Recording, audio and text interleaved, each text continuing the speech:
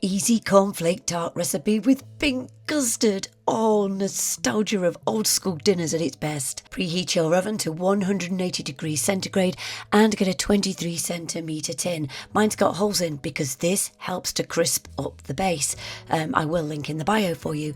Get some flour on a surface. Now you can use ready-made pastry around about 300 grams, or you can have a go at making mine.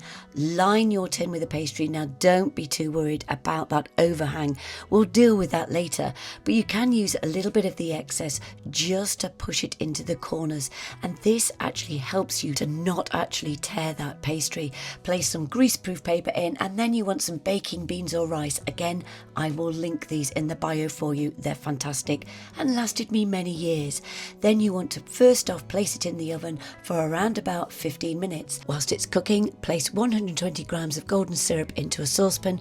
I find this easier to do it with the saucepan on the scales, along with 50 grams of butter and 30 grams of light brown sugar.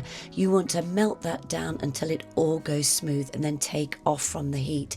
You want to also get 120 grams of cornflakes at the ready. Now after 15 minutes, remove those baking beans, place them into a bowl and pop in the oven for a further 5 minutes. Once that's cooked, I find the easiest way to deal with overhang is to just use a rolling pin over the top and take off the excess. Now the fun part, we're going to add in 5 tablespoons of strawberry jam and just smooth that over the base. Now place that lovely mixture into the cornflakes and you're going to mix it round. Doesn't look like there's very much for a start, but just keep mixing and it will all coat and come together. This really does invoke memories of my primary school. In fact, the dinner ladies were quite strict. They would say, you don't eat your main dinner, you're not getting pudding.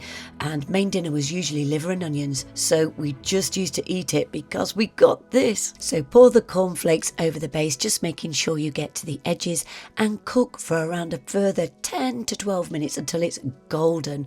Once it's cooked, you do need to leave it before you start cutting into it so that it sort of hardens very slightly.